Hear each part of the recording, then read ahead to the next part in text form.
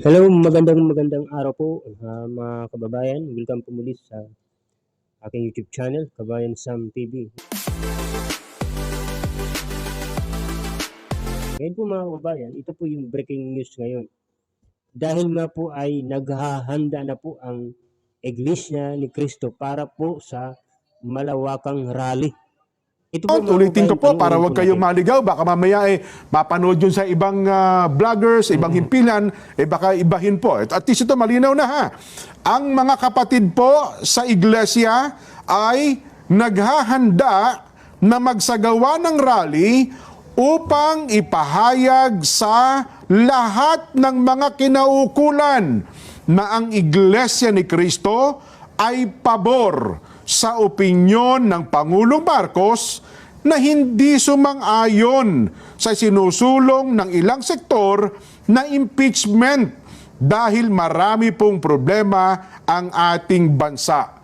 Ulitin ko po, dahil maraming problema ang ating bansa na dapat unahin ng pamahalaan. Ang iglesia ay para po sa kapayapaan at ayaw natin sa anumang uri ng kaguluhan na manggagaling sa kaninumang panig.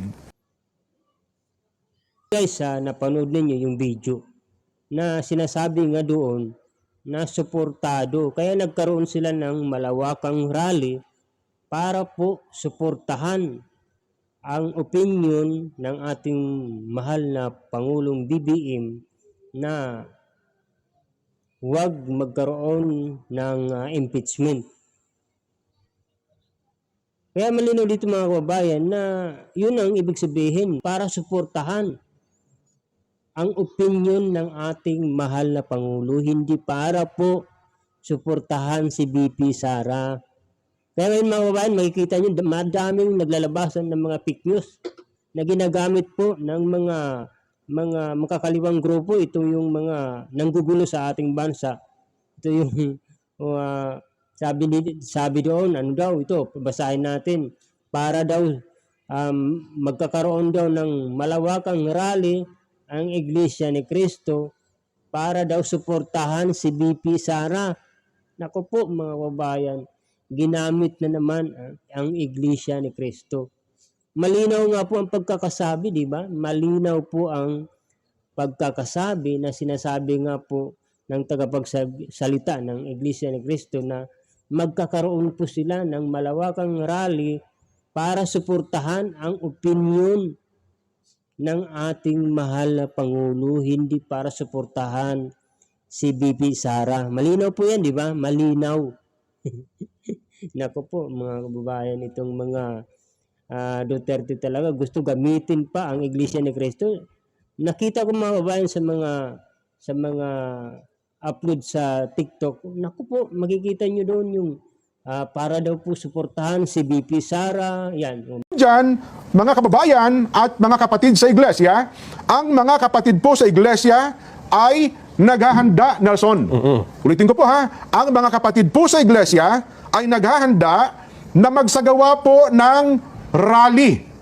Magsagawa po ng rally upang ipahayag sa lahat ng mga kinauukulan na ang Iglesia ni Cristo ay pabor po sa opinyon ng Pangulong Bongbong Marcos na hindi sumang-ayon sa sinusulong ng ilang sektor na impeachment dahil maraming problema ang ating bansa na dapat pong unahin ng ating pamahalaan. Ang masasabi ko lang dito, salute sa mga miyembro ng Iglesia ni Cristo at hindi sila nahimik lamang kung ano po yung tunay na nangyari ngayon.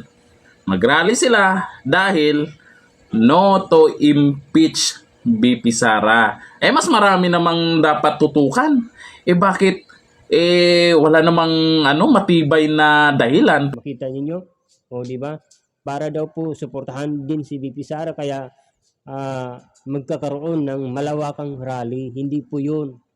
Na misinterpret po ng mga Duterte o mga DDS supporter na akala nila magkakaroon ng malawakang rally para suportahan si BP Sara. Hindi po.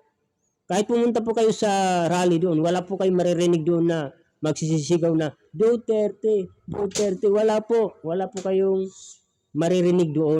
Para suportahan po ang panawagan o opinyon ng ating mahal na Pangulo, kaya po sila naghahanda ng rally para hikayatin ang mga mga matataas na mga opisyal na sana hindi na ituloy. Kasi nga po, sinasabi doon, marami pong kinakaharap ang ating bansa ng mga suliranin, yung mga dapat na uunahin.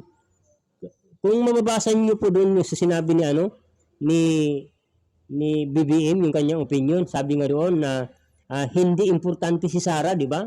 Masakit nga po yun sa pagka mabasa natin yung opinion ng ating mahal na Pangulo. Sabi nga doon na huwag ituloy ang impeachment dahil hindi naman daw importante si Sara. Di ba? Mas masakit yun kapag inunawa mo yun. Binago lamang ni BBM nung siya ay na-interview. Oo nga, dahil hindi mahalaga ang impeachment. Pero sa kanyang text message doon sa representative, kung sino man yung congressman na yun, ay ang sinasabi doon, hindi mahalaga si Sara. Di ba? Napakasakit yun. Kaya itong mga taon, mga troll talaga na ito na nagpapakalat ng mga fake news na para daw suportahan. Kaya ngayon, tuwang-tuwa ang mga Duterte para daw suportahan si VP Sara. Pero hindi po yun. Para suportahan ang ating mahal na Pangulo. Malinaw po yan, mga kabayan. Kaya ngayon po, mga kabayan, ito po yung trending na balita ngayon sa TikTok, sa YouTube, sa Facebook. Ito po yung kumakalat na balita ngayon na magkakaroon ng malawakang rally para po suportahan ang ating mahal na Pangulo sa kanyang opinion. Kaya yun lang po, mga kabayan. Kinukorek ko lang po yung mga kumakalat ngayon na balita na sinasabi nga para daw suportahan si VP Sara. Nako po. Kaya hanggang dito lamang po, mga kabayan. Bago ako magtapos ay kung hindi pa po kayo nakakapag-like ng video, paki-like na rin po at paki-subscribe. Paki-pindot na rin po ang notification bell para update kayo sa mga bago kong i-upload na video. Maraming salamat po sa oras at panahon na iyong iginugol. Thank you po. Sa sunod uli na video, magkita-kita po tayo.